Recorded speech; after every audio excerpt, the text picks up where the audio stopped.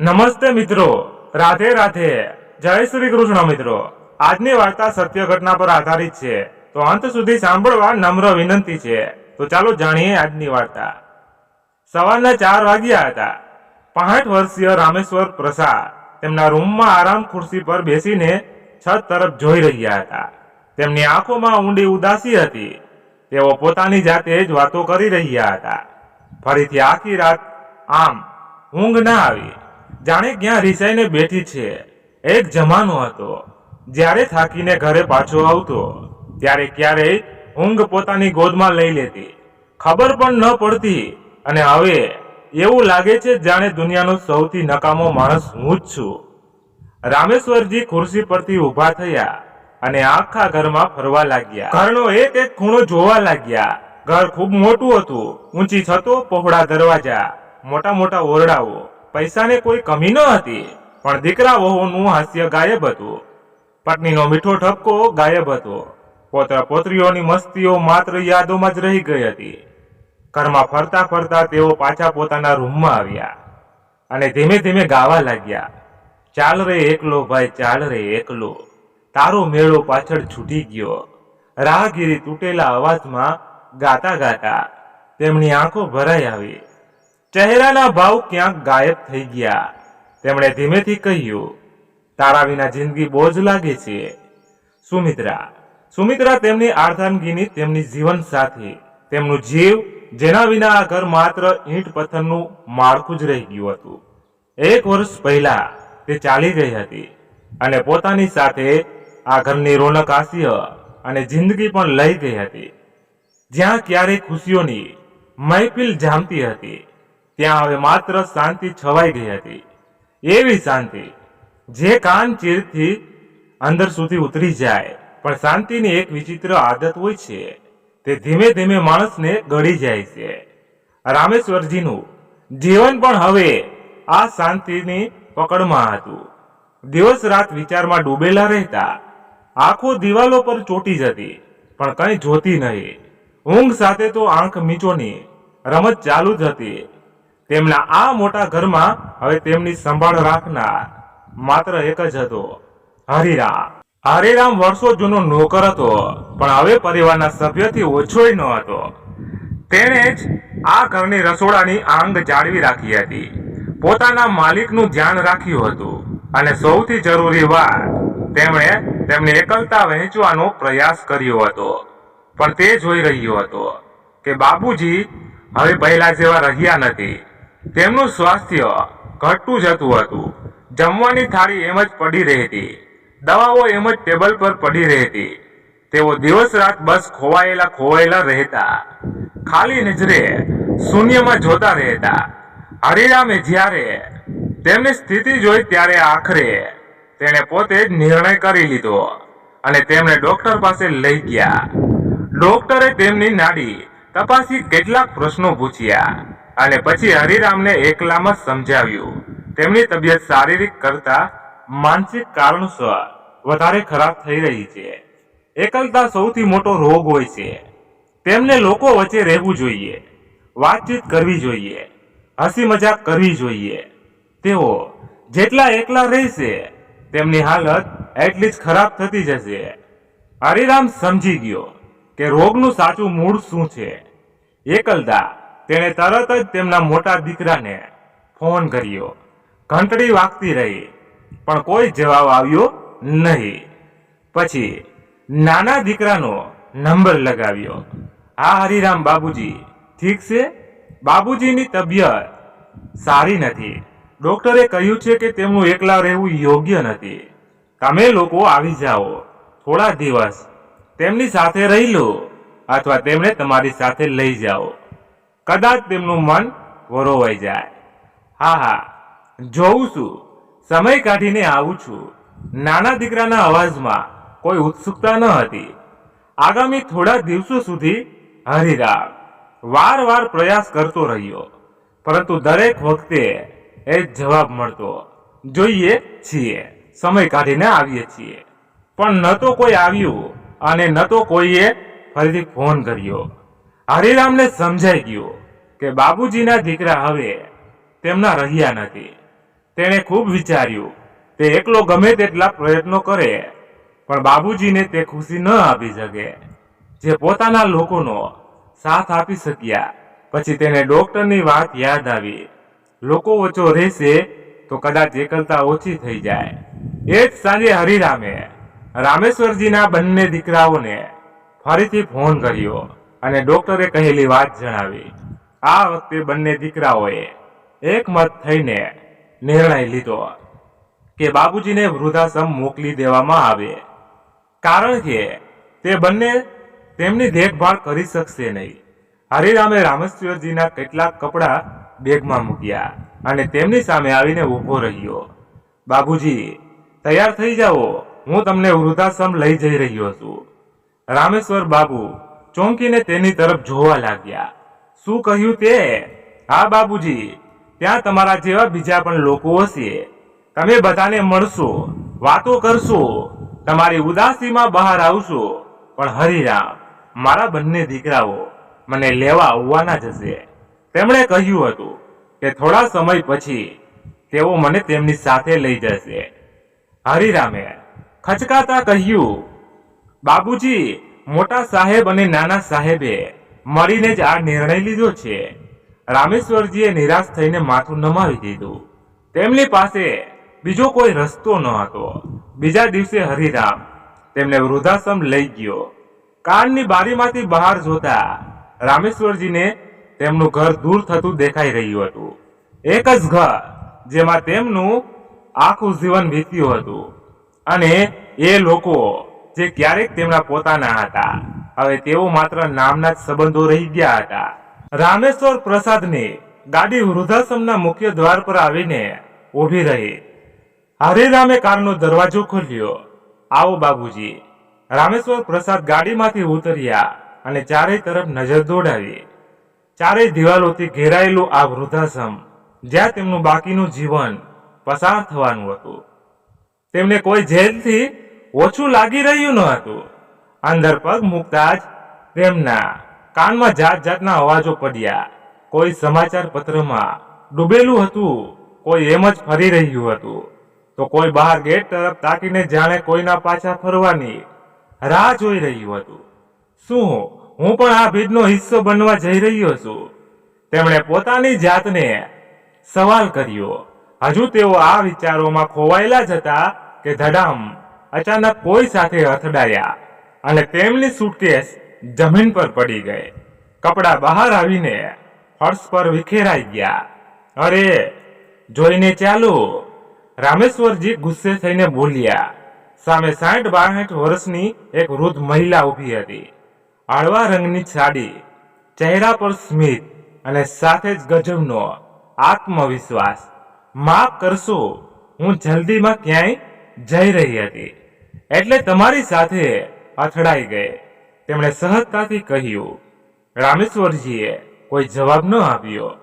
બસ કપડાં ઉપાડીને જેમ તેમ સુટકેસમાં મૂક્યા અને આગળ વધ્યા. હરિરામ, જે તેમની સાથે આવ્યો હતો, વૃદ્ધાશ્રમના મેનેજર પાસે બેસીને ઔપચારિકતાઓ પૂરી કરવા લાગી ગયો. થોડી વાર પછી રામેશ્વર પ્રસાદ આ નવી દુનિયાનો હિસ્સો બની ચૂક્યા હતા, પરંતુ આ દુનિયા તેમના માટે અજાણી હતી. પહેલી રાત મુશ્કેલીથી વીતી. રાતભર તડકા બદલતા રહ્યા. ઊંઘ ક્યારે આંખો પાસે આવી તો ક્યારેક યાદોના અવાજથી પાછી ચાલી ગઈ. ઉદાસી મનથી તેઓ પોતાના રૂમમાં જ બેસી રહેતા. 2 દિવસ આમ જ વીતી ગયા. આજે પણ જમ્યા પછી તેઓ પોતાના રૂમમાં પાછા આવી ગયા. હજી તેઓ પલંગ પર બેઠા જ હતા કે દરવાજા પર હળવા ટકોરા પડ્યા. અંદર આવી શકું છું?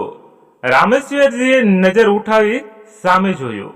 એ જ મહિલા ઊભી હતી જે પહેલા દિવસે તેમની સાથે અથડાઈ હતી. મહિલાની વાતનું રામેશ્વરજીએ કોઈ જવાબ આપ્યો નહીં, બસ નજર ફેરવી લીધી. મહિલાએ હસતા હસતા જાતે જ ખુરશી ખેંચી અને બેસતા કહ્યું, હું શંકુતલા. તે દિવસે આપણી ટક્કર થોડી વધારે જોરદાર થઈ ગઈ હતી, ખરું ને? રામેશ્વરજી હજુ પણ ચૂપ હતા. હળવા હાસ્ય સાથે શંકુતલા એ જાતે જ વાત આગળ વધારી. તમને મારું આ રીતે અચાનક આવવું અને વાતો કરવી વિચિત્ર લાગતું હશે, ખરું ને? પણ હું શું કરું? આદતથી મજબૂર છું. હું અહીં કરેક્ટર તરીકે કામ કરું છું. સવારથી સાંજ સુધી અહીં જ રહું છું. અહીં રહેતા લોકોનું બીપી અને સુગર ચેક કરવું, તેમની તબિયતનું ધ્યાન રાખવું, બસ આ જ મારી દિનચર્યા છે. તે દિવસે પણ હું કોઈ દર્દીને જોવા જઈ રહી હતી ત્યારે તમારી સાથે ટક્કર થઈ ગઈ હતી. રામેશ્વરજી હજુ પણ ચૂપ હતા. પછી શંકુતલા લાલજી બોલ્યા, જોકે બહુ ચૂપ રહો છો, તમે થોડું વધારે બોલો છો. રામેશ્વરજી તરત જ જવાબ આપ્યો. શંકુતલાએ મજાકના અંદાજમાં કહ્યું, હા, અને તમારી જેમ ગુસ્સામાં રહેવાની આદત નથી મારી. ચાલો તો, પણ કંઈક તો બોલ્યા. તમે રામેશ્વરજીની ભમરો તંગ થઈ ગઈ. અરે આ શું તમે દવાઓ લીધી નથી? તમારે દવા સમયસર લેવી જોઈએ, નહીં તો તબિયત બગડી શકે છે, શંકુતલાએ કહ્યું. રામેશ્વરજી ખાલી આંખોથી તેમની તરફ જોયું, પછી ધીમેથી બોલ્યા, કોના માટે? શું બચ્યું છે જિંદગીમાં? શંકુતલાજી હળવા સ્મિત સાથે બોલ્યા, તમારા માટે. ક્યારેક પોતાના માટે પણ જીવવું જોઈએ. આ કહેતા તેમણે દવાઓ કાઢીને તેમના હાથમાં મૂકી અને પાણી આપ્યું. પછી બોલ્યા, આ જીવન બહુ અમૂલ્ય છે અને નાની અમથી તો જિંદગી છે, એટલે જૂની વાતો ભૂલીને ફરીથી જીવવાનું શરૂ કરો, મુસ્કરાવવાનું શરૂ કરો. રામેશ્વરજી ગુસ્સે થઈને બોલ્યા, આ વાતો કરવી બહુ સરળ હોય છે, ખાસ કરીને એ લોકો માટે જેમના જીવનમાં કોઈ મુશ્કેલીઓ ન હોય. આવા લોકો ઉપદેશ આપે છે, પણ તમે નથી જાણતા કે મેં મારા જીવનમાં શું ગુમાવ્યું છે. શંકુતલાએ ઊંડો શ્વાસ લીધો અને બોલ્યા, અહીં જેટલા લોકો છે દરેક કોઈને કંઈક ને કંઈક ગુમાવ્યું છે. કોઈ પોતાની જીવનભરની મૂડી છોડીને આવ્યું છે, કોઈ પોતાની ઓળખ અને કોઈ પોતાના સ્વજનોને. રામેશ્વરનો ચહેરો કઠોર રહ્યો, પણ તેમની આંખોમાં હળવી ભીનાશ તરવા લાગી. શંકુતલાએ તેમની શાંતિ તોડવાનો પ્રયાસ કરતા હળવા અંદાજમાં કહ્યું, જો કે ચા પીવો છો? અહીંની ચા બહુ સારી હોય છે. રામેશ્વરજીએ પહેલી વાર તેમની તરફ જોયું. તમે દરેક વાતને હળવી કેમ બનાવી દો છો? રામેશ્વરજીએ સવાલ કર્યો. શંકુતલાજી હસી પડ્યા, કારણ કે જિંદગીની બોજ બનવાની સમજદારી નથી. રામેશ્વરજી પાસે કોઈ જવાબ ન હતો. શંકુતલા એ તેમની તરફ જોયું. તેમની આંખો ભારે હતી, ચહેરો ઝૂકેલો હતો. થોડી વાર સુધી બંને ચૂપચાપ બેસી રહ્યા. રામેશ્વરજીની આંગળીઓ ધીમે ધીમે ખુરશીના હાથ પર ચાલી રહી હતી, જાણે તેઓ કોઈ જૂના વિચારોમાં ખોવાયેલા હોય. શંકુતલાએ થોડું નજીક આવીને કહ્યું, જો પોતાનું દુઃખ કોઈ સાથે વહેંચવામાં આવે તો મન હળવું થઈ જાય છે. રામેશ્વરજીએ પોતાના દિલનો ભાર હળવો કરવાનું શરૂ કર્યું. મારું ઘર ક્યારેક ખુશીઓથી ભરેલું હતું. હું, મારી પત્ની સુમિત્રા અને અમારા 2 દીકરા બધા એક સાથે રહેતા હતા. પોતાની જાતને મોટો ભાગ્યશાળી સમજતા હતા કે અમને 2 લાયક દીકરા મળ્યા. દીકરાઓ બંને બહાર નોકરી કરવા લાગ્યા. પછી પોતાની પસંદની છોકરીઓ સાથે લગ્ન પણ કરી લીધા. ઘરમાં અમે પતિ પત્ની રહી ગયા, પણ ક્યારેક એકલતાનો અનુભવ થયો નહીં. સુમિત્રા આખા ઘરની જાન હતી. તેનું હાસ્ય દિવાલો સુધીને પણ હસાવતું હતું. બાળકો પણ ક્યારેક ક્યારેક મળવા આવી જતા હતા. કહેતા કહેતા રામેશ્વરજીનો અવાજ કંપવા લાગ્યો. તેમણે ઊંડો શ્વાસ લીધો અને આગળ બોલ્યા, પણ 1 વર્ષ પહેલા જ્યારે સુમિત્રા ચાલી ગઈ, બધું જ બદલાઈ ગયું. તેના ગયા પછી મારા દીકરાઓએ તેની સાથે સાથે મને પણ ભૂલાવી દીધો. રામેશ્વરજીના અવાજમાં ધ્રુજારી હતી. શંકુતલા તે તેમની ઝૂકેલી આંખોને ધ્યાનથી જોઈ અને હળવા સ્મિત સાથે બોલ્યા, અરે શું તમારી દુનિયા માત્ર તમારા દીકરાઓ સુધી જ સીમિત હતી? રામેશ્વરજી પણ તેમની યાદોને સાચવીને જીવવાને બદલે તમે પોતાની જાતને એક વિચારમાં કેદ કરી લીધી કે હવે જિંદગીમાં કંઈ બચ્યું જ નથી. રામેશ્વરજી ચૂપ હતા. આવું પહેલીવાર બન્યું હતું. કે કોઈએ તેમની પીડાને માત્ર સાંભળી જ નહીં, પણ તેમને અરીસો પણ બતાવ્યો હતો. શંકુતલાએ વાત આગળ વધારી. શું તમને શર્માજી વિશે ખબર છે? શર્માજી પણ તમારી જેમ અહીં જ રહે છે. એક સમય હતો જ્યારે તેમની પાસે બધું જ હતું, મોટું ઘર, ખુશખુશાલ પરિવાર, દોલત શોહરત, પણ પછી બધું જ ખતમ થઈ ગયું. એક અકસ્માતમાં તેમણે પોતાની પત્ની અને એકના એક દીકરાને ગુમાવી દીધો. જે સંપત્તિ હતી તે ધીમે ધીમે બીજાના લોભનો ભોગ બની ગઈ. જ્યારે તેઓ અહીં આવ્યા ત્યારે તેઓ પોતાનું બધું ગુમાવી ચૂક્યા હતા, પણ બાકીનું જીવન દુઃખને ગળે લગાવીને બેસી રહેવાનું તેમણે સ્વીકાર્યું નહીં. તેમણે ફરીથી હિંમત ભેગી કરી. હવે તેઓ દરરોજ સવારે નજીકની વસ્તીમાં જાય છે અને ગરીબ બાળકોને ભણાવે છે. તેમણે પોતાની બાકીની જિંદગી એ બાળકો માટે સમર્પિત કરી દીધી, જેમની પાસે કોઈ સહારો નથી. તેમણે પોતાના જીવનને અર્થપૂર્ણ બનાવી દીધું. આ કહેતા શંકુતલાજીને લાગ્યું કે રામેશ્વરજી ધ્યાનથી તેમની વાતો સાંભળી રહ્યા હતા. તેમની આંખોમાં ચમક પાછી આવી રહી હતી. તો શર્માજીએ પોતાની એકલતાને પોતાની તાકાત બનાવી લીધી. તેઓ બોલ્યા. ત્યારે જ બહારથી ગાઢ આવ્યો. મેડમ, તમને મેનેજર સાહેબ બોલાવી રહ્યા છે, હમણાં આવી કહીને શંકુતલાજી બહાર નીકળી ગયા. તેમના શબ્દોએ જાણે કોઈ બંધ દરવાજો ખોલી દીધો હતો, જેના પાછળ વર્ષોથી ધૂળ જામી ગઈ હતી. રામેશ્વરજી પહેલીવાર પોતાની જાતને હળવાશ અનુભવી રહ્યા હતા. તે રાત્રે તેમણે પડખું બદલ્યું, પરંતુ આ વખતે યાદોની પીડા ન હતી, પરંતુ એક વિચિત્ર હલચલ હતી, કંઈક કરવાની, ફરીથી જીવવાની. હવે તેઓ પોતાની જાતને બીમાર અનુભવી રહ્યા ન હતા. સવારના પહેલા કિરણ સાથે રામેશ્વરજીએ પોતાના પગમાં ચંપલ પહેર્યા અને ધીમે પગલે રૂમની બહાર નીકળ્યા. બહાર એક સુંદર બગીચો હતો, હરિયાળીથી ભરેલો, રંગબેરંગી ફૂલોથી સજાવેલો. તે આશ્રમનો માળીમાંથી ખોદીને છોડના મૂળ સિંચી રહ્યો હતો. આ દ્રશ્ય જોતા જ રામેશ્વરજીને આંખોમાં ચમક પાછી આવી. ક્યારેક આ તેમનો પણ શોખ હતો.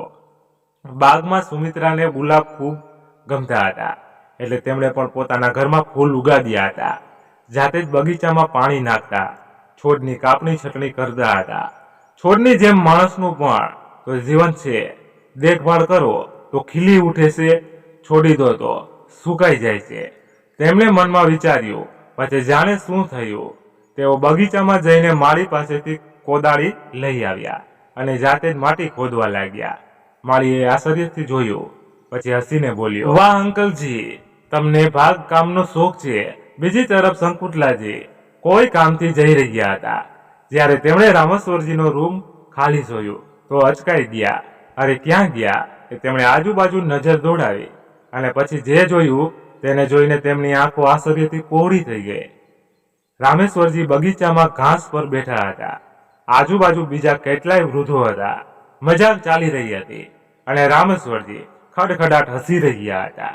આ બધું જોઈને અનાયાસે શંકુતલાના ચહેરા પર સ્મિત છવાઈ ગયું. દરેક પસાર થતા દિવસે સાથે રામેશ્વરજી હવે પહેલા કરતા વધુ સારું અનુભવવા લાગ્યા હતા. તેઓ આશ્રમના દરેક વૃદ્ધ સાથે ભળી ગયા હતા. એક દિવસ કોઈએ જણાવ્યું કે દીનદયાળની તબિયત ખૂબ ખરાબ છે. તેઓ છેલ્લા કેટલાક દિવસોથી બીમાર છે અને જીવવાની ઈચ્છા છે છોડી ચૂક્યા છે. આ સાંભળીને રામેશ્વરજીને બેચેની થઈ. તેમણે વિચાર્યું, આવું કેવી રીતે? આ તો એ જ દીનદયાળજી છે જે હસી મજાકમાં સૌથી આગળ રહેતા હતા. તેઓ તરત જ તેમના રૂમ તરફ આગળ વધ્યા. જઈને જોયું તો દીનદયાળજી શાંતિથી સૂતા હતા. આંખો બંધ હતી, જાણે કોઈ ઊંડા વિચારમાં ડૂબ્યા હોય. રામેશ્વરજીએ ધીમેથી તેમની પાસે જઈને બેસી ગયા. કેમ છો દીનદયાળજી? કોઈ જવાબ આવ્યો નહીં. રામેશ્વરજીએ હસતા હસતા કહ્યું, શું થયું આજે તો? તમારું હાસ્ય પણ ક્યાં છુપાઈ ગયું છે? શું વિચારી રહ્યા છો? દીનદયાળજીએ ધીમેથી આંખો ખોલી. તેમના ચહેરા પર હળવું સ્મિત આવ્યું, પરંતુ તે ફીકું હતું. બસ જૂની વાતો યાદ આવી રહી હતી. તેમણે ધીમેથી કહ્યું. રામેશ્વરજીએ તરત જ પૂછ્યું, સારું, કઈ જૂની વાતો? દીનદયાળજીની આંખોમાં હળવી ચમક આવી ગઈ. બસ એ જ દિવસો યાદ આવી ગયા, જ્યારે અમે જુવાન હતા, મસ્તી કરતા હતા, સિનેમા હોલમાં પહેલીવાર હરોલમાં બેસીને ફિલ્મો જોતા હતા. રામેશ્વરજી હસી પડ્યા. ઓ કહો તો તમે પણ સિનેમામાં દીવાના હતા? દીનદયાળજીએ થોડા ઉત્સાહિત થઈને બોલ્યા. દીવાના શું કહો, બસ પૂછો જ નહીં. અમિતાભ બચ્ચનની દરેક ફિલ્મ જોઈ છે. મેં તેમના ડાયલોગ સ્ટાઇલ બધું જ યાદ છે. રામેશ્વરજી હસતા રહ્યા. આ પહેલીવાર હતું જ્યારે દીનદયાળજીએ આટલા દિવસો પછી થોડા ઉત્સાહ સાથે વાતો કરી હતી. પછી દીનદયાળજી અચાનક જોશમાં બોલ્યા. શોલે મારી સૌથી પ્રિય ફિલ્મ હતી. ગબ્બરસિંહ, જય વીરુ, બસંતી શું ફિલ્મ હતી, કેટલી વાર જોઈ હતી. મેં કાશ એકવાર ફરી જોઈ શંકુતલા. આટલું કહેતા તેમની આંખોમાં વિનાશ આવી ગઈ. રામેશ્વરજીએ તેમની શાંતિથી જોયા અને મનમાં વિચાર્યું, જો તેમની આ ઈચ્છા પૂરી કરી દેવામાં આવે તો કેવું રહેશે. એ જ સાંજે તેમણે વૃદ્ધાશ્રમના મેનેજર સાથે વાત કરી. આપણે એક મૂવી નાઇટ રાખી શકીએ. મેનેજર થોડો અચંબિત થયો. મૂવી નાઇટ અહીં? હા, દીનદયાળજીને તેમની મનપસંદ ફિલ્મ જોવા મળી જશે અને બાકીના વૃદ્ધોને પણ તેમણે પણ થોડું મનોરંજન જોઈએ ખરું ને. થોડી વાતચીત પછી મેનેજર તૈયાર થઈ ગયો. બીજા દિવસે ખાસ કરીને શોલે બતાવવાની વ્યવસ્થા કરવામાં આવી. બીજી સાંજે હોલમાં એક મોટો પડદો લગાવવામાં આવ્યો. દીનદયાળજીને વ્હીલચેર પર લાવીને સૌથી આગળ બેસાડવામાં આવ્યા. જેવી ફિલ્મ શરૂ થઈ, દીનદયાળજી ધ્યાનથી જોવા લાગ્યા. તેમના ચહેરા પર જૂની ચમક પાછી આવી ગઈ. આ નજારો જોઈને રામેશ્વરની આંખો ભીની થઈ ગઈ. આટલા દિવસો પછી દીનદયાળજી સહિત બાકીના વૃદ્ધો પણ હસી પડ્યા. પરંતુ થોડા દિવસો જ વીત્યા હતા કે દીનદયાળજીની તબિયત વધુ બગડી ગઈ. ડોક્ટરે કહી દીધું કે હવે વધારે સમય નથી બચ્યો. રામેશ્વરજી તેમની પાસે જઈને બેઠા અને તેમનો હાથ પકડી લીધો. દીનદયાળજીનો ચહેરો ભાવશૂન્ય હતો. રામેશ્વરજીએ ગીતા ઉઠાવી અને વાંચવાનું શરૂ કર્યું. તેમનો અવાજ આખા રૂમમાં ગુંજી રહ્યો હતો. ધીમે ધીમે દીનદયાળજીની આંખો બંધ થઈ ગઈ.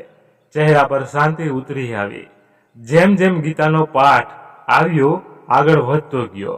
તેમના શ્વાસ ધીમા પડતા ગયા અને પછી તેઓ હંમેશ માટે શાંત થઈ ગયા. આખા વૃદ્ધાશ્રમમાં શોકની લહેર હતી, પરંતુ સાથે જ એક શાંતિ પણ હતી કે તેમણે પોતાની છેલ્લી ઈચ્છા પૂરી કરીને એક સ્મિત સાથે દુનિયાને અલવિદા કહ્યું હતું. રામેશ્વરજીની આંખોમાં આંસુ હતા. દીનદયાળજીના વિદાયથી રામેશ્વરીના દિલ પર ઊંડી છાપ પડી. તેમણે પહેલીવાર અનુભવ્યું કે જિંદગીનો કોઈ ભરોસો નથી. કોણ જાણે કયો દિવસ છેલ્લો હોય, અને જો એવું છે તો પછી શા માટે દરેક દિવસને જીવવો જોઈએ નહીં? શા માટે પોતાની ઈચ્છાઓ પૂરી કરવી જોઈએ નહીં? તે રાત્રે તેઓ મોડે સુધી ઊંઘી શક્યા નહીં. પડખા બદલતા બદલતા બસ એક જ વાત તેમના મનમાં ફરતી રહી. આપણે આપણી ઈચ્છાઓને મારતા રહીએ છીએ, વિચારીએ છીએ કે ક્યારેક પછી પૂરી કરીશું, પરંતુ એ પછી ક્યારેય આવતું જ નથી. દીનદયાળજીની જેમ બીજા કેટલાક લોકો હશે જેઓ પોતાની કોઈ ઈચ્છાને દિલમાં લઈને જ જતા રહ્યા હશે. જો હું એ લોકોની છેલ્લી ઈચ્છાઓ પૂરી કરી શકું તો કદાચ મારું જીવન સાર્થક થઈ જશે. બીજી સવાર થતાં જ તેમણે સૌથી પહેલા શંકુતલાજીની સાથે આ જ વાત કરી. શંકુતલાજી થોડી વાર તેમને જોતા રહ્યા, પછી હસીને બોલ્યા, જો તમે આ બીડું ઉપાડી જ રહ્યા છો તો હું પણ તમારી સાથે છું. હવે રામેશ્વરજી અને શંકુતલાજી વૃદ્ધાશ્રમના વૃદ્ધો પાસે જતા અને તેમને પૂછતા, કોઈ એવી ઈચ્છા જે તમે પૂરી કરવા માંગતા હો? શરૂઆતમાં ઘણા લોકો હસી પડ્યા. હવે આ ઉંમરમાં શું ઈચ્છાઓ પૂરી થશે? પરંતુ ગોપાલદાસજીએ કહ્યું કે તેઓ તેમના બાળપણના મિત્રને મળવા માંગ્યા છે, જેની સાથે વર્ષો પહેલા એક ગેરસમજને કારણે વાતચીત બંધ થઈ ગઈ હતી. રામેશ્વરજી અને શંકુતલાજીને આ સાંભળીને સારું લાગ્યું. ગોપાલદાસજીનો મિત્ર હવે કોઈ બીજા શહેરમાં હતો. ફોન નંબર પણ ન હતો, પરંતુ શંકુતલાજી અને રામેશ્વરજીએ ઘણી જગ્યાએ શોધખોળ કરી અને આખરે તેને શોધી કાઢ્યો. જ્યારે દાયકાઓ પછી બંને મિત્રો મળ્યા તો આંખોમાં આંસુ હતા અને હોઠો પર સ્મિત. છેલ્લી વાર તેઓએ એકબીજાને જુવાનીના દિવસો જોયા હતા અને આજે તેઓ જીવનના અંતિમ પડાવ પર હતા. તેઓએ આખો દિવસ સાથે વિતાવ્યો અને બોલ્યા, કેટલા વર્ષો નકામા ગુમાવી દીધા માત્ર એક ગેરસમજને કારણે. ક્યારથી દિલમાં ઈચ્છા હતી મારા જીગરી યારને મળવાની, હવે જઈને પૂરી થઈ. તે બંને દિલથી રામેશ્વર અને શંકુતલાજીનો આભાર માનવા લાગ્યા. હવે રામેશ્વરજીનું જીવન એક નવા રસ્તા પર ચાલવા લાગ્યું હતું. તેઓ વૃદ્ધાશ્રમના વૃદ્ધોને તેમની અધૂરી ઈચ્છાઓ વિશે પૂછતા અને તેમની પૂરી કરવાનો દરેક શક્ય પ્રયાસ કરતા. કોઈ પોતાના બાળપણના ગામમાં જવા માંગતું હતું, તો કોઈ તીર્થ યાત્રા પર, કોઈ પોતાના દીકરાને એકવાર જોવા માંગતું હતું, તો કોઈ પોતાની મનપસંદ વાનગી ખાવા માંગતું હતું. રામેશ્વરજી અને શંકુતલાજી મળીને ઘણા લોકોના જીવનને ખુશીઓથી ભરી દીધું હતું. ધીમે ધીમે આ આશ્રમ બદલવા લાગ્યો હતો. હવે અહીં વૃદ્ધો મન મારીને જીવતા ન હતા, પરંતુ પોતાની જિંદગીના છેલ્લા દિવસોને ખુલ્લા મને જીવવા લાગ્યા હતા. ક્યારેક ભજન સંધ્યાનું આયોજન કરવામાં આવતું, તો ક્યારેક શતરંજની બિછાડ બિછાવવામાં આવતી, ક્યારેક કેરમની રમત રમવામાં આવતી. રામેશ્વરજી પોતે પણ બદલાઈ ગયા હતા. જે ક્યારેક પોતાની એકલતાથી ઝઝૂમી રહ્યા હતા, તેઓ હવે બીજાના જીવનમાં પ્રકાશ લાવનારા દેવદૂત બની ગયા હતા. એક દિવસ રામેશ્વરજીએ શંકુતલાજીને કહ્યું, મારા વિશે તો તમને બધું ખબર છે, પણ તમારા વિશે તો કંઈ જાણ્યું નથી. તમે ક્યાં રહો છો? પરિવારમાં કોણ કોણ છે? શંકુતલાજીએ હળવા સ્મિત સાથે જણાવ્યું, પતિનું 20 વર્ષ પહેલા જ મૃત્યુ થઈ ગયું હતું. એક દીકરો છે જે પરણિત છે. પહેલા નર્સ તરીકે નોકરી કરતી હતી, હવે નિવૃત્ત થઈ ગઈ છું. વૃદ્ધાશ્રમના લોકોની સેવા કરવાનું શરૂ કરી દીધું. બીજાના ચહેરા પર ખુશી જોઈને જ સાચી ખુશી મળે છે. બંને ઘણીવાર આશ્રમમાં કામથી સાથે જ બહાર જતા.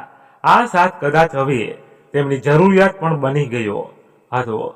રામેશ્વરજીએ ઘણીવાર અનુભવ્યું હતું કે શંકુતલાજી કહ્યા વિના જ તેમની દરેક વાત સમજી જાય છે. તેમના મનની મૂંઝવણને તેઓ બોલ્યા વિના જ વાંચી લેતા હતા. અને અજીબ વાત એ હતી કે શંકુતલાજી પણ એ જ અનુભવતા હતા. તેમને પણ આ સાથ હવે સહજ અને પોતાનો લાગવા લાગ્યો હતો. વૃદ્ધાશ્રમમાં બંને કલાકો સુધી વાતો કરતા, હસતા અને જૂના દિવસોની યાદો વહેંચતા. એવું લાગતું જાણે જીવન આ વળાંક પર બંનેને એક નવો સહારો મળી ગયો હોય. પરંતુ તે દિવસે વાતાવરણ થોડું અલગ હતું. રામેશ્વરજી સામાન્ય દિવસોની જેમ હસમુખા ન હતા. તેમના ચહેરા પર ગંભીરતા હતી અને વારવાર તેઓ કંઈક કહેવાનો પ્રયાસ કરતા, પછી પોતાની જાતને રોકી લેતા. શંકુતલાજીએ પારખી લીધું. શું થયું? રામેશ્વરજી, આજે ખૂબ ઉદાસ લાગો છો. રામેશ્વરજીએ ઊંડો શ્વાસ લીધો અને બોલ્યા, શંકુતલાજી, આપણે બંને એકલા છીએ. આ ઉંમરમાં સહારાની સૌથી વધારે જરૂર હોય છે. શું તમે ક્યારે વિચાર્યું છે કે જો આપણે સાથે થઈ જઈએ તો જિંદગી કેટલી સરળ થઈ જશે? શંકુતલાજી ચોંકી ગયા. રામેશ્વરજી, તમે શું કહી રહ્યા છો? રામેશ્વરજીએ થોડી હિંમત ભેગી કરીને કહ્યું, શંકુતલાજી, હું ઈચ્છું છું કે આ સંબંધનું કોઈ નામ હોય. આપણે એકબીજાનો સહારો બનીએ અને આ જ સમાજમાં ઇજ્જત સાથે રહીએ. શંકુતલાજી અવાક રહી ગયા. તેમને લાગ્યું જાણે કોઈએ તેમની અંદર તોફાન ઊભું કરી દીધું હોય. રામેશ્વરજી, આપણે બાળકો નથી જે આમ નવા સંબંધોની કલ્પનાઓ કરવા લાગીએ. આ ઉંમર હવે આ બધી વાતો માટે નથી. જોકે પોતાપણું વ્યક્ત કરવા માટે કોઈ સંબંધ જરૂરી તો નથી. રામેશ્વરજીએ ધીમા સ્વરમાં કહ્યું, ના, પણ સમાજમાં રહેવા માટે. શંકુતલાજીએ તેમની વાત કાપી નાખી. ના રામેશ્વરજી, આ વાતો આપણી ઉંમરને શોભતી નથી. જો તમારે આ વાતો કરવી હોય તો હું કાલથી નહીં આવું. થોડી વાર સુધી બંને વચ્ચે કોઈ વાત ન રહે. શાંતિના લાંબા પડછાયા વચ્ચે રામેશ્વરજીએ ઊંડો શ્વાસ લીધો. મને માફ કરજો શંકુતલાજી, કદાચ મેં એવું કંઈક કહી દીધું જે તમને પસંદ ન આવ્યું. તમે નિશ્ચિત રહો, આપણે પહેલાની જેમ જ મિત્ર બની રહીશું. શંકુતલાજી થોડું હસ્યા. હા રામેશ્વરજી, આપણી વચ્ચે જે પોતાપણું છે તેને કોઈ સંબંધનું નામ આપવાની જરૂર નથી. બીજા દિવસે રામેશ્વરજીના મનમાં વિચિત્ર હલચલ હતી. વૃદ્ધાશ્રમમાં વિતાવેલા આ 6 મહિનામાં એવું પહેલીવાર બન્યું હતું કે શંકુતલાજી ત્યાં નહોતા આવ્યા. કદાચ કોઈ કામ હશે. તેમણે મનમાં પોતાની જાતને સાંત્વના આપતા કહ્યું, પણ બીજા દિવસે પણ તે ગેરહાજર રહી. આશ્રમમાં તેમની હાજરી એક ઉર્જા જેવી હતી. બધી જગ્યાએ તેમનું હાસ્ય ગુંજતું હતું. તેમના ઠપકામાં પણ સ્નેહ સરળ ઉઠતો હતો. હવે તેમની ગેરહાજરીએ સમગ્ર વાતાવરણને શાંત કરી દીધું હતું અને સૌથી વધુ આ ખાલીપો રામેશ્વરજીને લાગી રહ્યો હતો. તેઓ દિવસભર તેમના આવવાની રાહ જોતા, પણ દરેક પસાર થતા દિવસ સાથે તેમના અંદરની આત્મગ્લાનિ વધતી જતી રહી.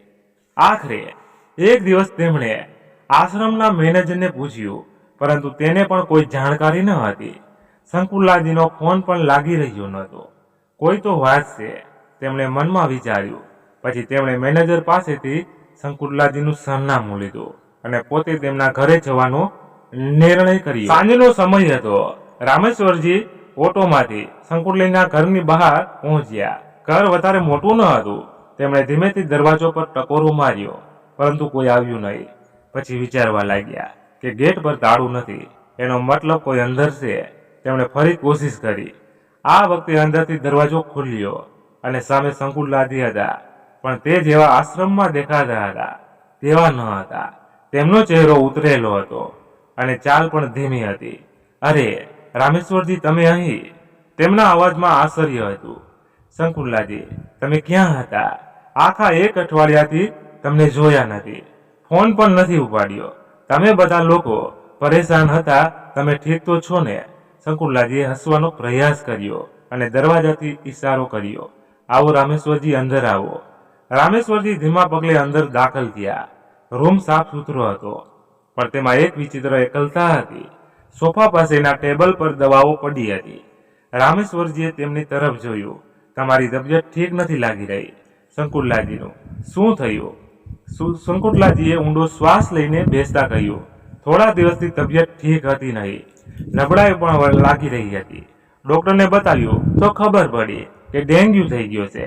ડેન્ગ્યુ? અવાજમાં ચિંતા હતી. તમે કોઈએ કહ્યું પણ નહીં અને તમે અહીં એકલા છો. શંકુલાજી સહેજ હસ્યા. આ એકલતા સાથે જીવવાની આદત થઈ ગઈ છે. રામેશ્વરજીને તેમના સ્મિતમાં છુપાયેલું દર્દ સ્પષ્ટ દેખાઈ રહ્યું હતું. તેમણે ધીમેથી પૂછ્યું, તમારો દીકરો? તમે તો કહ્યું હતું કે તમારો દીકરો હોવ છે, તે ક્યાં છે? બસ આ સાંભળતા જ શંકુલાજીની આંખોમાં આંસુ આવી ગયા. તેમણે તરત જ પોતાનો ચહેરો બીજી તરફ ફેરવી લીધો, જેણે પોતે પોતાની જાતને સંભાળવાનો પ્રયત્ન કરી રહી હોય. દીકરો હોવ તો છે મારા પણ. તેમના અવાજની ધ્રુજારી તેમના મનની સ્થિતિ વ્યક્ત કરી રહી હતી. રામેશ્વરજીએ ધ્યાનથી તેમની તરફ જોયું. શંકુલાજીએ આંખો બંધ કરી લીધી, જાણે કેટલીક જૂની યાદો તેમની સામે ઘૂમી રહી હોય. પછી ખૂબ શાંત અવાજમાં બોલ્યા, તે પોતાના પરિવાર સાથે ઉપરના માળે રહે છે. હકીકતમાં મારી વહુને મારી સાથે રહેવું પસંદ ન હતું, તેથી તેમના કહેવાથી મારો દીકરો પોતાના પરિવારને લઈને મારાથી અલગ થઈ ગયો. રામેશ્વરજી સ્તનબંધ થઈ ગયા. જી હા, જીના માટે આખી જિંદગી મહેનત કરી. તેણે પોતાની પત્નીના ભ્રમમાં આવીને મને એકલી છોડવાનો જરા પણ વાર ન લગાડી. હવે તો બસ આવતા જતા ક્યારેક ક્યારેક મુલાકાત થઈ જાય છે. રૂમમાં થોડી વાર સુધી ફક્ત ઘડિયાળનો ટીક ટીક અવાજ સંભળાતો રહ્યો. રામેશ્વરજીએ પોતાની જાતને કહ્યું, આટલી જીવતદિલ મહિલા અને આટલી અકેલી. હું વિચારતો હતો કે ફક્ત હું જ મારા એકલતાથી ઝઝૂમી રહ્યો છું, પણ શંકુલાજીના સ્મિત પાછળ કેટલું દર્દ છુપાયેલું હતું તે હું ક્યારેય સમજી જ ન શક્યો. રામેશ્વરજીએ તેમની તરફ જોયું. તમે દવાઓ લીધી? શંકુલાજીએ નામાં માથું હલાવ્યું. રામેશ્વરજીને ખબર નહીં કેમ આ સાંભળીને ખૂબ જ તકલીફ થઈ. હું જાણતો હતો તમે આશ્રમમાં બધાની દવાઓનું ધ્યાન રાખો છો, પણ પોતાના માટે બેદરકારી દાખવી રહ્યા છો. થોડી વાર રોકાઈને બોલ્યા, જમવાનું પણ નહીં ખાધું હોય ખરું ને? શંકુલાજીએ કોઈ જવાબ ન આપ્યો, બસ થોડું હસી દીધું. રામેશ્વરજીએ આજુબાજુ જોયું અને અચાનક બોલ્યા, ઠીક છે, પહેલા હું તમારા માટે જમવાનું બનાવીને લાવું છું. શંકુલાજીએ ચોંકીને તેમની તરફ જોયું. અરે નહીં, રહેવા દો, ભૂખ નથી મને, પણ મને તો ભૂખ લાગી છે, તે પણ જોરદાર. હવે હું જમવાનું બનાવવા જઈ રહ્યો છું અને આપણે સાથે જમીશું, કહેતા રામેશ્વરજી ઊભા થઈને રસોડા તરફ આગળ વધ્યા. રામેશ્વરજીએ જલ્દી દલિયા બનાવ્યા અને તે વાટકીમાં નાખીને બહાર આવવા લાગ્યા. તો શંકુલાજી હસી પડ્યા. તમને રસોડામાં જોઈને વિચિત્ર લાગી રહ્યું હતું. રામેશ્વરજીએ હસતા હસતા વાટકી તેમની તરફ વધાવી. જિંદગીમાં પહેલી વાર કોઈના માટે જમવાનું બનાવ્યું છે. ખબર નહીં કેવું બન્યું છે, પણ ખાઈને જણાવજો. શંકુતલાજીએ એક ચમચી દલિયા લીધા અને હસ્યા. સાચું કહું તો ખૂબ સારું લાગ્યું. જાણે કેટલાય દિવસો પછી કોઈએ પોતાના હાથે મારા માટે કંઈક બનાવ્યું છે. બંને ધીમે ધીમે વાતો કરતા ખાવાનું ખાવા લાગ્યા. શંકુતલાજીના ચહેરા પર શાંતિ જોઈને રામેશ્વરજીને રાહત મળી રહી હતી. આગામી 2-3 દિવસો પણ આવી જ રીતે વીતી ગયા. રામેશ્વરજીએ દરરોજ થોડી વાર માટે શંકુતલાજીના ખબર અંતર પૂછવા આવી જતા. ક્યારેક તેમના માટે ફળ લાવતા, ક્યારેક ઘરના કામમાં મદદ કરી દેતા. તે દિવસે પણ રામેશ્વરજી શંકુતલાજીના ખબર અંતર પૂછીને પાછા ફરી રહ્યા હતા કે ઉપરના માળેથી કોઈએ તેમને જતા જોયા. શંકુતલાજી હજી અંદર જઈને સૂતા જ હતા કે એક કડક અવાજ તેમના મનમાં પડ્યો. આ બધું શું ચાલી રહ્યું છે? માં! શંકુતલાજી ચોંકી ગયા. સામે તેમનો દીકરો અને વહુ ઊભા હતા. દીકરાનો ચહેરો ગુસ્સાથી લાલઘૂમ થઈ ગયો હતો. શંકુતલાજીએ ધીમા અવાજે કહ્યું, શું થયું? તું આટલો ગુસ્સામાં કેમ છે? વાહ! પૂછે છે તો એવી રીતે જાણે કંઈ ખબર જ ન હોય. કોણ છે એ માણસ? કેમ આવે છે? રોજ અહીં શું સંબંધ છે તમારો તેમની સાથે? શંકુતલાજી સ્તનબંધ થઈ ગયા. વહુ આગમાં ઘી હોમતા બોલી, મને તો દાળમાં કંઈક કાળું દેખાય છે. શંકુતલાજીનું માથું હવે ચક્કર ખાવા લાગ્યું હતું. જેમ તેમ કરીને તેમણે અને પોતાની જાતને સંભાળી અને બોલ્યા, શું બકવાસ કરી રહ્યા છો? શરમમાં આવવી જોઈએ. તમને લોકોને જેના વિશે તમે આવી વાતો કરી રહ્યા છો તે ફક્ત મારા મિત્ર છે. તેઓ જ એ વૃદ્ધ વયમાં રહે છે. હું બીમાર લોકોની સેવા કરવા જાઉં છું. માનવતાના નાતે તેઓ મારા ખબર અંતર પૂછવા આવે છે. દીકરો ગુસ્સે થઈને બોલ્યો, સારું, તમે તો 2 વર્ષથી એ વૃદ્ધાશ્રમમાં જઈ રહ્યા છો. આજ સુધી તો કોઈ આવી રીતે ઘરે આવ્યું નથી. એવી કઈ વાતો કરવી હતી તમારે લોકોને જે બધાની સામે ન થઈ શકતી હતી? શું મતલબ છે તારો? તું હોશમાં તો છે ને? મેં આખરે એવું શું કર્યું છે જે તું મને આટલી વાતો સંભળાવી રહ્યો છે? બસ રહેવા દો માં, હવે વધારે તમાશો ન કરો. પહેલા જ મોહલ્લાવાળા જાણે આપણા વિશે શું શું વાતો કરી રહ્યા છે. હવે વધારે કોઈ ચર્ચા નહીં થાય. આગળથી આ માણસને દેખાવો ન જોઈએ. અને આજ પછી તમે પણ વૃદ્ધાશ્રમ જવાનો વિચાર છોડી દો. ઉંમર થઈ ગઈ પણ રખડવાનો શોખ હજી પૂરો નથી થયો તમારો, કહેતા તેમનો દીકરો અને વહુ ઉપર જતા રહ્યા.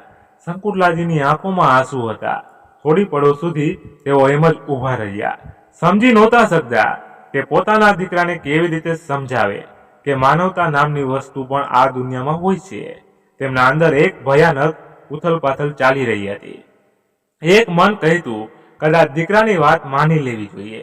જો તેમને એવું લાગતું હોય કે હું કંઈક ખોટું કરી રહી છું તો મારે અહીં જ રોકાઈ જવું જોઈએ. પછી બીજું મન કહેતું, પણ મેં એવું કર્યું જ શું છે? જો હું કોઈની સાથે બેસીને 2 પળ વાતો કરી લઉં છું, વૃદ્ધાશ્રમ ચાલી જાઉં છું, કેટલાક નિરાધાર વૃદ્ધોને મારી સેવાથી થોડી રાહત આપવાનો પ્રયત્ન કરું છું, તો શું હું ખોટી છું? તેમણે પોતાનું માથું પકડી લીધું. વિચારતા વિચારતા મને એટલું બેચેન થઈ ગયું હતું કે શ્વાસ લેવો પણ ભારે લાગી રહ્યો હતો. ન તો તેમણે આજ રાતનું જમવાનું ખાધું, ન તો દવા લીધી. બીજા દિવસે સવારે જ્યારે ઊંઘ ખોલી તો તાવ હતો. નબળાઈ લાગી રહી હતી.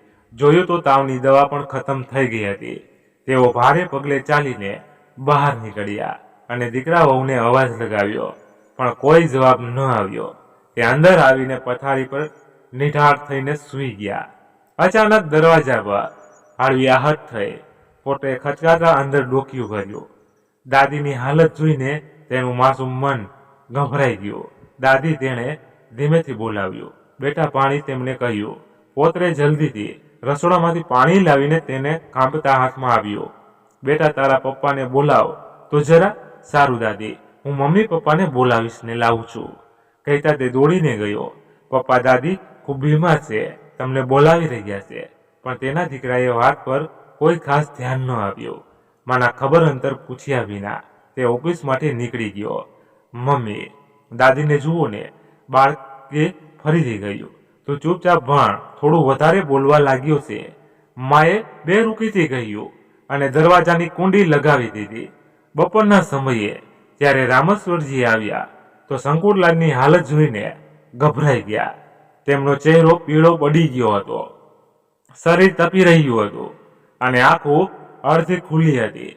હે ભગવાન, આ શું થઈ ગયું તમને શંકુરલાલજી? રામેશ્વરજીએ ગભરાતા તેમના કપાળ પર હાથ મૂક્યો. ખૂબ તાવ હતો. રામેશ્વરજીએ આ બાજુ જોયું, ક્યાંય કોઈ દેખાતું ન હતું. તે તરત જ બહાર દોડ્યા. રસ્તા પર ઊભા રહીને એક ઓટો બોલાવી અને જલ્દીથી શંકુરલાલજીને ટેકો આપીને બહાર લાવ્યા. જે સમયે તેઓ બંને ઘરની બહાર નીકળી રહ્યા હતા, શંકુરલાલજીની વહુ છત પર ઊભી આ બધું જોઈ રહી હતી. તેણે તરત જ પોતાના પતિને ફોન લગાવ્યો. તમારી માં ફરીથી ઘરેથી નીકળી ગયા છે અને તે પણ એ જ માણસ સાથે. શું તેમની આટલી હિંમત? મારી ના પાડવા છતાં પણ આજે આવવા દો તેમને. ઘરે ગુસ્સાથી ધ્રુજતા તે બોલ્યો. ત્યાં લગભગ 3-4 કલાક પછી શંકુરલાલજીની સ્થિતિમાં સુધારો થયો. રામેશ્વરજી તેમની પાસે બેઠા હતા. સાંજ ઢળી રહી હતી. હોસ્પિટલમાં પથારી પર સૂતેલા શંકુરલાલજીએ કહ્યું, રામેશ્વરજી, મારે એકવાર ફરીથી વૃદ્ધાશ્રમ જવું છે. ત્યાં જઈને મનને શાંતિ મળે છે. ઠીક છે, હું તમને ત્યાં લઈ જાઉં છું, રામેશ્વરજીએ કહ્યું. વૃદ્ધાશ્રમ જવાનું વિચારતા શંકુરલાલજી ઉત્સાહિત થઈ રહ્યા હતા. ત્યાં જવાથી તેઓ ઘરના ગુંગળામણ ભર્યા વાતાવરણમાંથી થોડી પડો માટે મુક્ત થઈ જતા. રામેશ્વરજી હોસ્પિટલમાંથી રજા અપાવી અને તેમને લઈને વૃદ્ધાશ્રમ તરફ ચાલ્યા. ત્યાં ઘરે તેમના દીકરાનો ગુસ્સો ઉકળી રહ્યો હતો.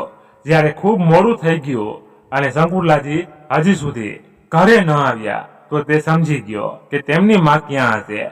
શંકુરલાલજી અને રામેશ્વરજી વૃદ્ધાશ્રમના દરવાજા સુધી પહોંચ્યા જ હતા કે પાછળ એક કાર આવીને ઊભી રહી. તેમાં બેઠેલા તેમના દીકરા અને વહુએ જોયું કે તેઓ બંને ઓટોમાંથી ઉતરી રહ્યા હતા અને એકબીજાનો હાથ પકડીને ધીમે ધીમે વૃદ્ધાશ્રમની અંદર જઈ રહ્યા હતા. દીકરાની મુઠ્ઠીઓ ભીસાઈ ગઈ, ચહેરો ગુસ્સાથી લાલ થઈ ગયો. જોયું, મેં કહ્યું હતું ને કે દાળમાં કંઈક કાળું છે. હવે તો ખુલ્લેઆમ આ માણસ સાથે ફરી રહ્યા છે. તમારામાં વહુ બોલી અહીં વૃદ્ધાશ્રમના દરવાજાથી અંદર જતા શંકુરલાલજીના ચહેરા પર શાંતિ છવાઈ ગઈ. ત્યાં હાજર વૃદ્ધો તેમને જોઈને ખીલી ઉઠ્યા. એવું લાગી રહ્યું હતું જાણે તેઓ પોતાના લોકો વચ્ચે પાછા આવી ગયા હોય. અત્યાર સુધી જે નબળાઈ તેઓ અનુભવી રહ્યા હતા તે જાણે અહીં આવતા જ ક્યાંક ગાયબ થઈ ગઈ. અરે શંકુરલાલજી, કેમ છો તમે? તમારા વિના આશ્રમ સૂનું સૂનું લાગી રહ્યું હતું. ચારેય બાજુથી અવાજો ગુંજી રહ્યા હતા. ચારે તરફ નજર પોતાપણું હતું. કોઈએ ખુરશી ખેંચી આપી, કોઈ પાણીનો ગ્લાસ લઈને આવ્યું. કેટલીક વૃદ્ધ મહિલાઓ પાસે આવીને બેસી ગઈ અને હસી મજાકનો દોર ચાલ્યો. શંકુરલાલજી કેટલાય દિવસો પછી આજે ખુલીને હસ્યા હતા, પણ ત્યારે જ હોલની હલચલ અચાનક થંભી ગઈ. બધાની નજર દરવાજા તરફ સ્થિર થઈ ગઈ. દરવાજા પર શંકુરલાલજીનો દીકરો અને વહુ ઊભા હતા. તેમની સાથે 6-7 વર્ષનું તેમનું બાળક પણ હતું. દીકરાની આંખોમાં ગુસ્સો હતો અને વહુના ચહેરા પર તિરસ્કાર હતો. હવે આ બધું જ કરવાનું બાકી રહી ગયું હતું. અમારા મોઢા પર કાળી તીલી ચોંટાડવામાં કોઈ કસર ન છોડી, દીકરાએ કહ્યું. શંકુરલાલજી તરત જ ઊભા થઈને તેમની પાસે આવ્યા. આ કેવી વાતો કરી રહ્યા છો તમે બધા? લોકોની સામે થોડી તો શરમ કરો. શરમ તો તમારે આવવી જોઈએ, વહુએ તીક્ષ્ણ અવાજમાં કહ્યું. બપોરે તમે બીમારીનું બહાનું બનાવીને નીકળ્યા હતા અને હવે અહીં બેસીને હસી મજાક થઈ રહ્યા છે. વાસ્તવમાં આટલી વાર ક્યાં ગયા હતા તમે? આ માણસ સાથે હોલમાં શાંતિ છવાઈ ગઈ. બધા વૃદ્ધાશ્રમના સભ્યો તનબંધ હતા. શંકુરલાલજીને જાણે પોતાની વહુના શબ્દો પર વિશ્વાસ જ ન થયો. પોતાની હદમાં રહો વહુ, મને ખૂબ તાવ હતો, મારી હાલત ખૂબ ખરાબ હતી, દવા પણ ન હતી. એ તો રામેશ્વરજી સમયસર આવી ગયા અને મને હોસ્પિટલ લઈ ગયા. ક્યારે જ મને હાશ થઈ, નહીં તો ખબર નહીં શું થાય. ઓહો, તો હવે આ તમારી સંભાળ રાખવા આવશે, દીકરાએ વ્યંગમાં કહ્યું. અમે અહીં મરી ગયા હતા શું? આ સાંભળીને રામેશ્વરજી આગળ વધ્યા અને મોટેથી બોલ્યા. મરી તો નહોતા ગયા, પણ જ્યારે તેમને જરૂર હતી ત્યારે તમે ક્યાં ગયા હતા? દીકરો તેમની તરફ ફર્યો. આંખોમાં આગ હતી. તમારે અમારી વચ્ચે બોલવાની કોઈ જરૂર નથી. આ અમારો પારિવારિક મામલો છે. પારિવારિક મામલો. રામેશ્વરજીએ એક ઠંડુ હાસ્ય હસ્યું. જ્યાં માની તબિયત એટલી ખરાબ હોય અને દીકરો વહુ ખબર પણ ન લે તેને પરિવાર કહેવાય. દીકરાની આંખોમાં ગુસ્સો ભરાયો હતો. હું કહું છું પોતાનું મોઢું બંધ રાખો, નહીં તો શું ખોટું કહ્યું? તેમણે શંકુતલાજીને તેજ અવાજમાં કહ્યું. તો વહુએ કહ્યું, હદ થઈ ગઈ હવે તો. મને એ નથી સમજાતું કે તમારા બંનેનો સંબંધ શું છે, જે એકબીજાની વિરુદ્ધ એક શબ્દ પણ નથી સાંભળી શકતા. શંકુતલાજીએ પોતાની આંખો બંધ કરી લીધી. મન મસ્તિષ્કમાં ઘણું બધું ચાલી રહ્યું હતું. પછી ધીમેથી આંખો ખોલી અને પોતાના દીકરા વહુ તરફ જોયું. આ સવાલનો જવાબ પણ હું તમને આપી દઉં છું, કહેતા તેઓ પાછળ પડ્યા અને રામેશ્વરજી તરફ જોયું અને બોલ્યા, રામેશ્વરજી, મેં મારી આખી જિંદગી મારા દીકરાનું જીવન સંવારવામાં લગાવી દીધી. મારી દરેક ખુશી કુરબાન કરી દીધી. મારી જરૂરિયાતો, મારી ઈચ્છાઓ બધું જ એકલી માં હોવા છતાં સંઘર્ષ કરતા જીવન વિતાવ્યું. પરંતુ દીકરાને કોઈ કમી આવવા ન દીધી. પરંતુ બદલામાં મને શું મળ્યું? અપમાન અને તિરસ્કાર. હવે મને અહેસાસ થઈ રહ્યો છે કે મેં મારી જિંદગી ખોટા વિચાર સાથે પસાર કરી દીધી. આજે હું પોતાના માટે એક નિર્ણય લેવા જઈ રહી છું. તેમનો અવાજ મક્કમ હતો. તેમણે ઊંડો શ્વાસ લીધો અને રામેશ્વરજીની આંખોમાં જોયું. રામેશ્વરજી, શું તમે મારી સાથે લગ્ન કરશો? એક ક્ષણ માટે જાણે આખો હોલ શાંતિમાં ડૂબી ગયો. રામેશ્વરજી સ્તનબંધ થઈ ગયા. તેમની આંખોમાં આશ્ચર્ય હતું. દીકરા અને દીકરી વહુના દિલમાં જાણે ખળભળાટ મચી ગયો હતો. આ શું કહી રહ્યા છો? મા દીકરાએ ગુસ્સામાં ચીસો પાડી, આ ઉંમરમાં લગ્ન? થોડી શરમ કરો. લોકો શું કહે છે? શંકુતલાજીએ પહેલીવાર એક તીક્ષ્ણ સ્મિત સાથે દીકરા તરફ જોયું અને બોલ્યા, બેટા, જેટલી ચિંતા લોકોની કરી રહ્યા છો એટલી ચિંતા તમારે તમારી માની કરવી જોઈએ. હું ફક્ત એટલું જ જાણું છું કે મને રામેશ્વરજીનો સાથ ગમે છે અને તેમને મારો સાથ. પરંતુ મને એ પણ ખબર છે કે જો આ સંબંધને નામ ન આપવામાં આવ્યું તો લોકો તેને જાત જાતની ઉપાધિઓ આપશે. જ્યારે પોતાના દીકરા વહુએ ન છોડ્યું તો લોકો શું છોડશે? રામેશ્વરજી હજી પણ કંઈ બોલી શક્યા ન હતા. શંકુતલાજીએ તેમની તરફ જોયું અને કહ્યું, રામેશ્વરજી, મેં તમને આટલા દિવસોમાં ખૂબ નજીકથી જોયા છે. તમારી ભલાઈને અનુભવી છે. તમે મારા સુખ દુઃખના સાથી બની શકો છો. શું તમે મને સ્વીકારશો? રામેશ્વરજીએ પણ હસતા તેમનો હાથ પકડી લીધો. ખૂબ સરસ, એકદમ સાચો નિર્ણય લીધો છે. તમે બંને, મને ગર્વ છે કે તમે લોકો પોતાના માટે ઊભા થયા. ત્યાં ઉભેલા વૃદ્ધાશ્રમના મેનેજરે કહ્યું. દીકરા અને વહુના ચહેરા પરથી જાણે હવા નીકળી ગઈ. માં, તમે અમારી ઇજ્જત ઉછાળવામાં કોઈ કસર નથી છોડી. તેમનો અવાજ આખા હોલમાં ગુંજી ઉઠ્યો. પણ ત્યારે વૃદ્ધાશ્રમમાં રહેતા સૌથી વૃદ્ધ અમ્મા, જે હંમેશા ચૂપ બેઠા રહેતા હતા, ધીમે ધીમે પોતાની લાકડી ઠોકતા આગળ આવ્યા. ચહેરા કરચલીઓથી ભરેલા હતો, પણ આંખોમાં અનુભવ અને સમજદારીથી ઊંડાઈ હતી. અમ્માનો અવાજ ગુંજ્યો, બેટા, કઈ ઇજ્જતની વાત કરી રહ્યા છો? તમે જે માને જીવતે જીવ છોડી દે તે ઇજ્જતદાર કહેવાશે. દીકરો ગભરાઈ ગયો. તેણે અમ્મા તરફ જોયું, પણ તેમના તેજ શબ્દોએ જાણે તેની જીભ સીવી દીધી હતી. તેમની આંખોમાં વિનાશ હતી. જ્યારે તમારી માને પ્રેમ અને સન્માન જોયું હતું ત્યારે તમે તેમને શું આપ્યું? એકલતા, ઉપેક્ષા. અને હવે જ્યારે તેમણે પોતાના માટે જીવિતનો નિર્ણય કર્યો, તમને સમાજ યાદ આવી ગયો. એક વાત યાદ રાખજો બેટા, ખુશ રહેવાનો અધિકાર ઉંમરનો મોહતાજ નથી હોતો. વૃદ્ધાશ્રમમાં રહેતા બાકીના વૃદ્ધો પણ હવે તેમની આસપાસ ઊભા થઈ ગયા હતા. બધાની આંખોમાં સમર્થનની ચમક હતી. તમે શું વિચારો છો બેટા? બીજા એક વૃદ્ધ બોલ્યા. શું માં ફક્ત જન્મ આપવા અને ત્યાગ કરવા માટે જ બની છે? શું તેને ક્યારેય પોતાની ખુશીઓ વિશે વિચારવાનો હક નથી? દીકરો ગુસ્સે થઈ ગયો.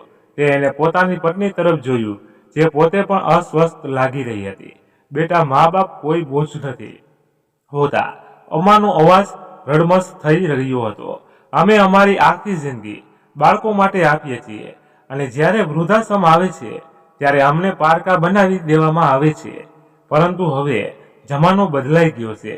આજે દરેકને પોતાના વિશે વિચારવાનો પૂરો હક છે. અમારે શંકુતલાની તરફ જોયું અને તેમનો હાથ પકડી લીધો. તેમની આંખોમાં સ્નેહ હતો. બેટા, આજે તે કર્યું છે જે બહુ ઓછા લોકો કરી શકે છે.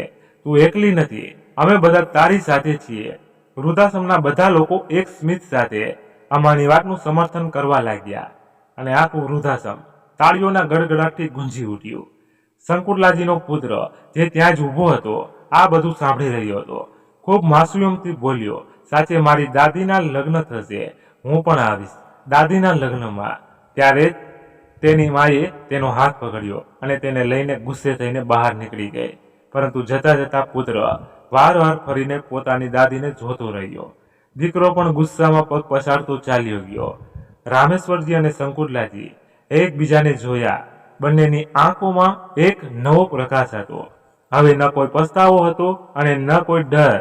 બીજા જ દિવસે રામેશ્વરજીએ પોતાના મકાન અને બાકીની બધી સંપત્તિ વિશે નિર્ણય કરી લીધો.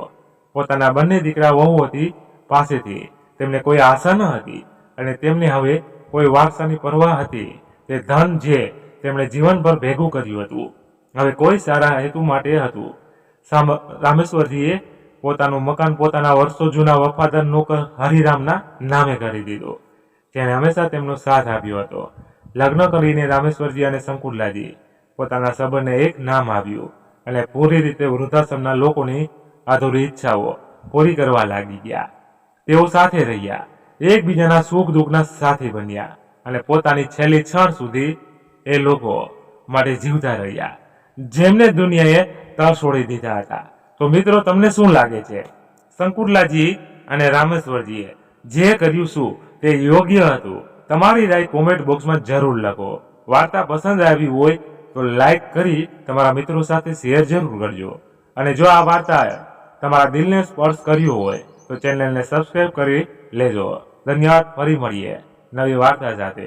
ત્યાં સુધી બધા ખુશાલ રહો. જય હિન્દ, જય ભારત. અને હા મિત્રો, અમારી આ વાર્તામાં કોઈ પણ કંઈ ભૂલ હોય તો એની બદલ માફી માંગીએ છીએ અને કોમેન્ટમાં કહી દેજો એટલે અમને પણ ખબર પડે.